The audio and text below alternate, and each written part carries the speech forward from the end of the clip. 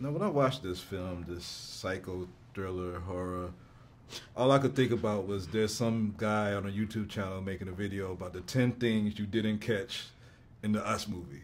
Mm-hmm. Do you do these movies just to make people have like these after conversations? Is that part of it, to have the enjoyment in the theater and then the post conversation? Is that? Yes.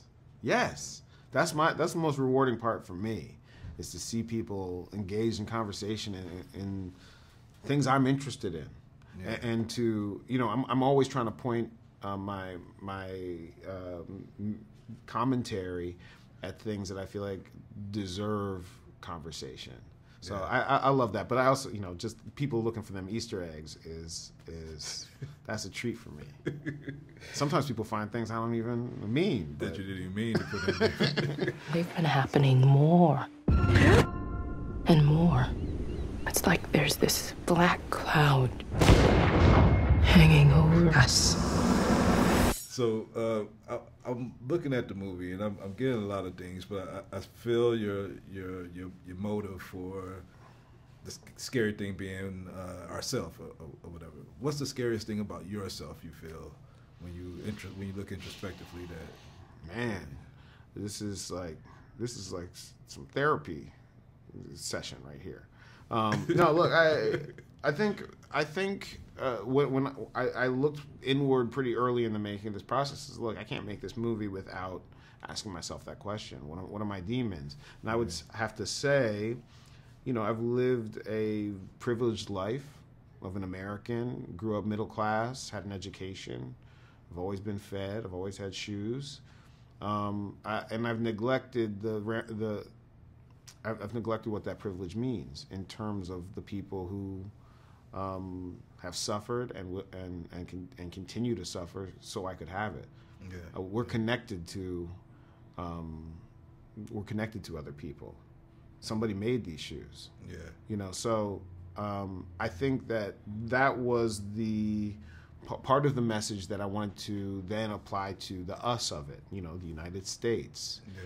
The nuclear family is we have an ability to cover up what is uncomfortable for us to face about ourselves. Yeah.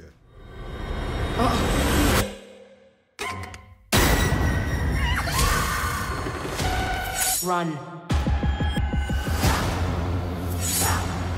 And there's so many things that you leave the theater thinking about, and I don't want to ruin it for anybody, but I'm gonna say two things. You could just expound on them. One is White Rabbit, and the other one is Hands Across America. Mm-hmm. Yeah, I mean, there's a lot. I could have a whole conversation about both things. But White Rabbit, I'll just say Easter. Okay. This movie, there is a horror Easter in this film. Yeah. If you watch it, you'll find what I mean. Hands Across America was a demonstration that holds the duality of America in it perfectly symbolically for me. Okay. This hope, if we hold our hands, will cure homelessness, will cure hunger. You know, was that it was well intended? Was that a solution, or was that a way of not actually dealing with it? And lastly, I got to ask, because you was a part of Black Klansman, and congratulations on that project. How did it feel as just a cinemaphile to see Spike Lee finally get that Oscar on a project that you pitched to him and brought to him and produced? It was emotional. You know, I didn't build myself up because I didn't want to be let down. But when he was on that stage, I mean, honestly, the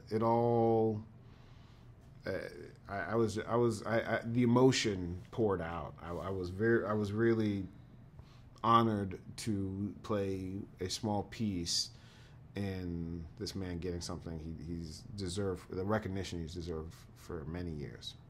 Thank you for this film, man. Keep making them. Thank you, man.